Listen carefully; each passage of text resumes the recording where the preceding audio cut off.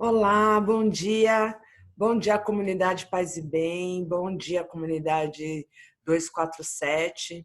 Meu nome é Adriana, sou a Adriana de Nanã, do Ilha Monanã, e estou aqui mais uma quinta-feira com vocês, mais uma manhã de quinta.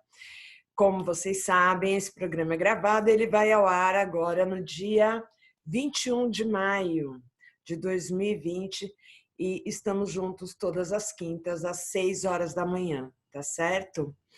Bom, como todos os programas, primeiramente eu quero agradecer a participação de todos no último vídeo e todos os vídeos, né? Sempre tem um pessoal aí que está sempre participando, comentando, perguntando. Como eu digo sempre, a participação de vocês é super importante, que me ajuda a pensar e a desenhar esse programa para que seja a nossa cara, para que seja cada vez mais agradável para cada um de nós estarmos juntos aqui nessa quinta-feira, tá certo? Então, eu quero agradecer a Vanessa Reis de Souza, Maria dos Anjos, Maria das Graças Pedrosa Carneiro, Angélica Nascimento da Silva e Giovânia Gonçalves, Ana Maria Marques Muniz, a Isa Castro, inclusive a Isa disse assim: bom dia, Adriana. Ontem lembrei de você. Um amigo compartilhou no nosso grupo de reunião espiritual uma comunidade, uma comunicação de um preto velho, falando sobre esse momento que estamos passando. Ele fala que o que incomoda mais a gente não é estar sem poder sair da nossa casa, né? O que está nos incomodando não é o fato da gente não poder sair de casa, da casa física. O Preto Velho diz que é ter que olhar e lidar com a nossa casa interior que realmente está nos incomodando. Isa, eu concordo plenamente, porque, como a gente já comentou, inclusive, em alguns programas aqui, poxa, no dia a dia da nossa vida, a gente vive cansado de ter que sair, reunião, trabalho, escola, tudo que a gente gostaria de poder ficar em casa, curtir a casa, assistir um programa qualquer, um filme, fazer uma maratona com pipoca e a família. E aí, quando você tem essa oportunidade de ler livros, que não dá tempo, e aí, quando a gente tem essa oportunidade, aí fica todo mundo neurótico, todo mundo doente. Então, será que o problema realmente é simplesmente não poder sair de casa ou ter que olhar para dentro de si e olhar melhor o estado da nossa casa interna? Os pretos velhos sempre muito sábios. Quero agradecer a Heloísa Prieto, minha amiga querida. Da comunidade 247 ainda temos a Virgínia Roncarati, André Machado, Jaime Costa, Maria de Fátima Rocha. Muito obrigada pelos carinhos, pelos comentários de vocês, as perguntas. Eu respondi as perguntas que eu localizei aí nos comentários, né, no YouTube. E é isso. Se tiver dúvida, pergunte. Se tiver ideias, propostas, coloca para a gente que a gente troca aqui, tá certo? Bom, o que eu quero falar sobre hoje, o tema de hoje é a importância dos mais novos para a matriz africana. O que é isso? A importância daquele que vem depois de mim, que a gente chama dos mais novos. Que isso tanto pode ser dentro da estrutura religiosa, que nossa religião, né, as religiões de matriz africana é uma religião iniciática, a gente passa por processo iniciático, tem uma estrutura hierárquica bem organizada e muito baseada numa estrutura familiar, né? Mas sem o mais novo, o dia que eu me for, tudo acaba, né? Então, o mais novo, ele é fundamental para manutenção de qualquer cultura, de qualquer estrutura. E assim como as crianças, né? As crianças, elas são a prova da nossa continuidade, né? Os nossos filhos, os nossos sobrinhos, os nossos mais novos. E a gente... O que eu observo, assim, eu já vi em várias, tanto em comunidade indígena, já observei, né, em outras comunidades tradicionais que eu já pesquisei, e na matriz africana, a criança, ela assim, nas tradições, né? A criança, ela, diferente dessa estrutura que a gente conhece ocidental, europeia, onde essa divisão de propriedade, onde é meu filho, meu cachorro, minha casa, minha mulher, meu marido, tudo meu, muito meu, né? Até parece o personagem de um desenho que tinha no Discovery Kids, do Lazy Town, né? Que era meu, tudo meu. Nas comunidades tradicionais, se vocês pararem para observar, na verdade, as coisas não são tanto minhas, mas nossa. E, inclusive, as pessoas, as relações, né? Numa comunidade tradicional, uma criança, ela é importante para toda a comunidade, porque ela é a continuação daquele grupo. E é muito interessante, porque muitas das coisas que a gente olha no Estatuto da Criança e do Adolescente, que parecia um super avanço, na verdade é um resgate de algo que já existia nas comunidades tradicionais, onde a criança, no Estatuto da Criança e do Adolescente, se a gente for parar para prestar atenção, as crianças passam a ser responsabilidade de toda a sociedade. Mas isso já era assim nas comunidades tradicionais. Não é o meu filho, é a nossa criança. E por quê? Porque ela é importante para todo o grupo, para toda a comunidade. Então, é importante que ela seja bem cuidada, que ela seja amada, que ela tenha várias referências de masculinidade, de feminilidade, ela tenha... ela saiba onde correr quando ela quer ouvir uma história ou quando ela precisa de um conselho. Ela sabe que todo mais velho está ali para cuidar e garantir o seu crescimento enquanto indivíduo, né, integrante daquele grupo. Infelizmente,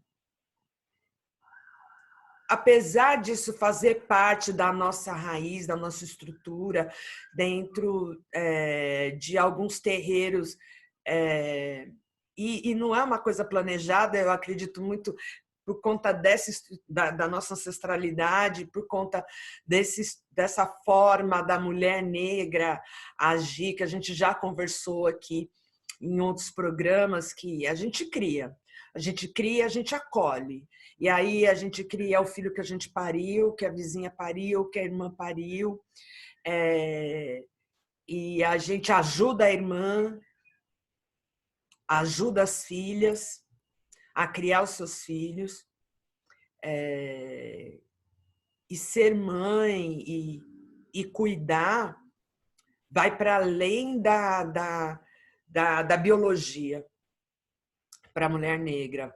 E eu acredito que isso é algo que vem registrado no nosso DNA de nós pretos, essa estrutura.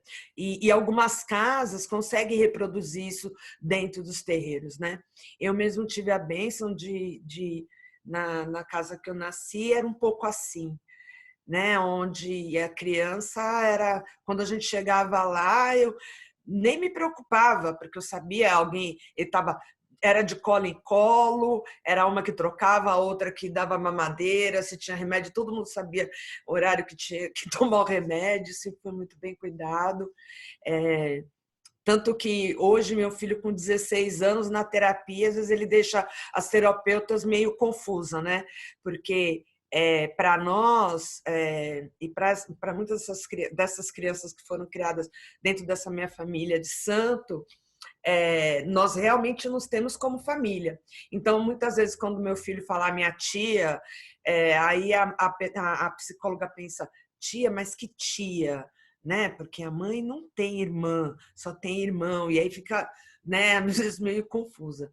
Mas é porque, e essa tia, né? E tem a tia, e tem o tio, e tem o mais velho, e onde cada um tem um papel fundamental que me ajudam na transmissão de saber e de cuidado com esse meu filho. E ele cresceu dessa forma e isso é muito tranquilo para ele. Quando ele chega e fala, meus irmãos, mas ele é filho único, né?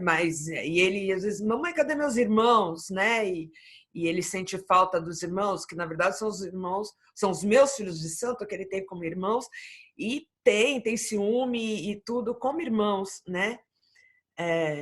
E é assim, na verdade, onde, se a gente for buscar na raiz, onde, para muitas comunidades tradicionais, é assim que se cria uma criança, onde uma criança não é propriedade de uma pessoa, ela é um ser integrante importante para toda a comunidade. Então, se ela se alimenta bem, é importante para toda a comunidade. Que ela tenha uma boa educação é importante para toda a comunidade. Não é responsabilidade de uma professora e de uma mãe ou de um pai. É responsabilidade de todos, onde cada um procura dar o seu melhor para aquela criança. Cada um. E é muito interessante porque dentro das religiões de matriz africana a gente consegue reproduzir um pouco isso, inclusive entre as crianças, onde o mais velho, independente às vezes até da idade de santo, mas a gente tem dentro dessa estrutura, né, hierárquica muito pautada na ancestralidade, a gente ensina nossas crianças desde pequena, mais velha, a cuidar do mais novo também. E não é vergonha, não é peso, porque é uma forma que amanhã eu vou ser o mais velho, não importa se eu tenho 10 anos de idade e meu irmão tem 5 anos, meu irmão seja de santo ou seja meu irmão de sangue, eu sou o mais velho dele. E aí eu sou educado desde criança, desde pequeno, a cuidar do meu mais novo. E assim deveria ser toda a sociedade, né? Onde, às vezes, assim, no contraponto, às vezes as nossas crianças saem um pouco, entre aspas, perdendo quando vão para o mundo, nas relações escolares, onde já começa essa formação para competição, e uma relação mais violenta, né? Mais agressiva. Mas nitidamente a gente percebe a diferença das crianças que são criadas dentro da matriz africana para as outras. A educação, respeito à hierarquia, e não quer dizer que são crianças que não fazem arte, não são cheias de energia, não é isso. Mas porque a nossa estrutura é assim que a gente acredita. Agora, o que é muito difícil para nós, o que é muito doloroso e onde acho que mãe nenhuma merece enterrar um filho, que aí é onde eu vou entrar na parte chata. Porque, por outro lado, ao mesmo tempo que para nós, para toda a nossa comunidade, para a nossa sociedade, para a nossa biologia, para a nossa ancestralidade, o mais novo é fundamental, faz parte de nós, é um pedaço de toda a comunidade.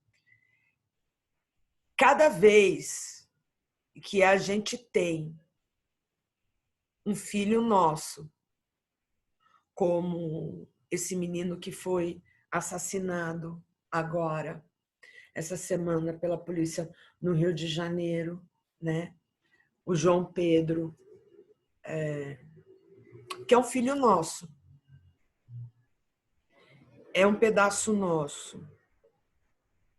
É mais um pedaço da nossa comunidade que é morta e que é enterrada. Mais um pedaço do nosso futuro que é enterrado.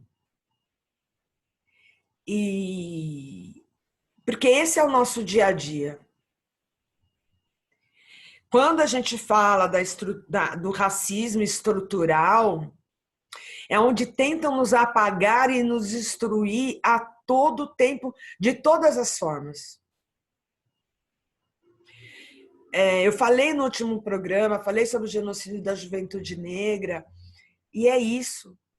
Quando a gente está falando do genocídio, a gente está falando de meninos mortos, dos nossos filhos, como o João Pedro, mortos por uma bala do Estado, pela mão do Estado. E esse é o nosso dia a dia. Um menino de 14 anos. Um futuro. O nosso futuro, que é um futuro negro. A gente tem já um... E já é surpreendente o fato de ele ter pai, um pai negro, vivo.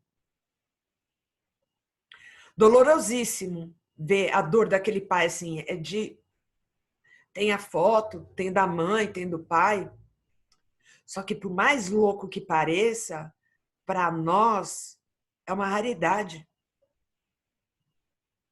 O homem negro chega na idade que chegou o pai do João Pedro, para ter que ir enterrar seu filho. Porque enterrar o mais novo não é um movimento natural. Não é natural. É natural a gente enterrar nossos mais velhos, mas nunca da gente enterrar os mais novos. Não há nada que cure, não há reparação. E o povo preto passa por isso há 500 anos. São 500 anos no Brasil que a gente passa por isso. Não são 500 dias. São 500 anos. E nem vou falar, não dá mais. Porque se eu disser, a gente não aguenta mais, porque a gente não aguenta mesmo. Só que é como se eu estivesse jogando a toalha e desistindo, porque infelizmente a gente sabe que ainda tem muito para lutar. Porque todo dia um corpo negro tomba pela mão do Estado. Todo dia, centenas. Seja pela falta de estrutura médica, e hoje a gente vê nitidamente, está mais escancarado com essa pandemia, seja pela mão da polícia, seja com feriado absurdo como esse do governo do estado de São Paulo, que só serve para limpar o ambiente para a classe média e rica. Porque na periferia piora muito. Esse isolamento é uma mentira. É só para meia dúzia de gente ver. É só para a classe média ver. Porque na periferia não tem. Não tem. Não tem porque a gente não tem, a maioria, muitos não têm casas adequadas para viver. Não tem comida, não tem água, não tem sabão e tem que ir para a rua. Tem criança que precisa comer. Muitas crianças que tinham sua única refeição do dia dentro da escola não estão podendo, não tem mais essa refeição. Porque essa é a realidade do povo preto e pobre. Quando a gente fala de necropolítica, é esta a política do Brasil para com o povo preto. E aí, eu peço hoje, assim, na verdade, o que eu pensei hoje da gente refletir é qual o valor das nossas crianças. Aí eu estou falando de todas, a sua, da minha, de todas as crianças. E mais, que país nós queremos deixar para as nossas crianças? A reflexão que eu vou sugerir hoje é sobre o futuro. Sobre o futuro. Porque a gente passou, antes dessa pandemia, a gente já vinha doente, antes desse coronavírus, a gente já vinha doente, trabalhando loucamente, sem conseguir ver os nossos filhos crescerem, sem poder dar o suporte que o nosso futuro precisa, que são as nossas crianças, sem poder ou sem conseguir dar o amor e o carinho que eles precisam. Eu mesma trabalhei loucamente, loucamente. Trabalhei até adoecer para criar meu filho. E assim, e olha que era só eu. E é doloroso porque meu filho passava 12 horas, no mínimo de 12 horas por dia na escola. E aí eu tinha que trabalhar mais ainda para poder pagar a escola. E é assim, né, a vida da mãe, porque aí você trabalha 3 vezes mais, ainda pega bico para pagar uma escola que fica com ele um tempo suficiente que você possa trabalhar. E aí você tem que trabalhar mais ainda e o seu filho e ficar mais ainda longe do seu filho. Vamos pensar no nosso futuro. Se você tem uma criança na sua família, olhe para essa criança. Não importa se ela está perto ou se está longe. Olhe para ela. O que você pode dar para ela? O que você vai deixar para ela? Não estou falando de bens, não estou falando de casarão, não estou falando de 500 carros, não estou falando de nada disso. Que história essa criança, seja um sobrinho, um neto, filho ou irmão mais novo, vai ter de você? Qual memória você vai deixar para ele? Porque são essas memórias e esses registros é que ela leva para sempre. O momento da gente... A gente veio refletindo bastante esses dias sobre a nossa humanidade.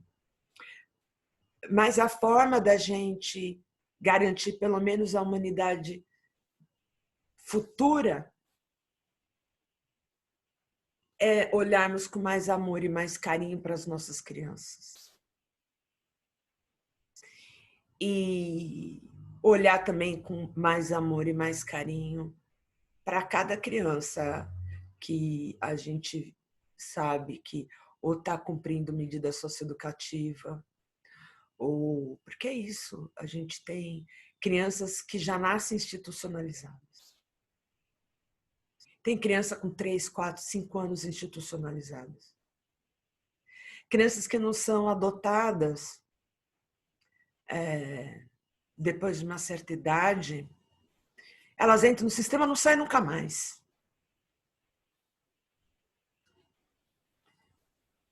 Passam a vida institucionalizadas. E muitas delas sem um carinho. Mas essas estão lá longe. E as nossas? Por que isso? Não tem desculpa. Não precisa ser aquele que ama a criança, lotar. Não. Mas o que você vai deixar? Qual legado você vai deixar para o futuro? Porque quem é capaz de levar esse legado são as crianças. Então, eu vou pedir um momento de reflexão e que cada um, dentro da sua fé, se puder parar para fazer pelo menos 1 minuto de oração por todas essas crianças, por todos esses João Pedros que estão sendo mortos e assassinados todo santo dia. E por todas as mães. Por todas as mães que têm enterrado seus filhos. É o que eu dedico a esse programa de hoje. E que eu gostaria que cada um, independente da sua fé, da sua doutrina religiosa, se pudesse doar 1 minuto do seu dia de energia e de amor para essas mães. Se você tiver uma criança em casa, abrace ela. Abrace ela e pense que esse abraço poderia estar acolhendo e cobrindo de amor todas as crianças. Sejam elas brancas, pretas, amarelas. É o convite que eu faço hoje. Bom, espero que vocês tenham gostado. Muito obrigada por mais esse dia de hoje. Que essa quinta-feira seja abençoada. Que todos os caçadores, Oxóssi, Inle, Nhançã, nos tragam uma mesa farta. Tragam caça farta. Que tenhamos uma mesa farta. Que tenhamos muitas crianças sentadas à nossa mesa na hora da refeição para compartilhar esse alimento e todas as histórias que a gente tem para trocar quando a gente senta na mesa e compartilha o alimento. Muito axé, que tenham todos uma quinta-feira abençoada e que tenha um final de semana maravilhoso. Um beijo.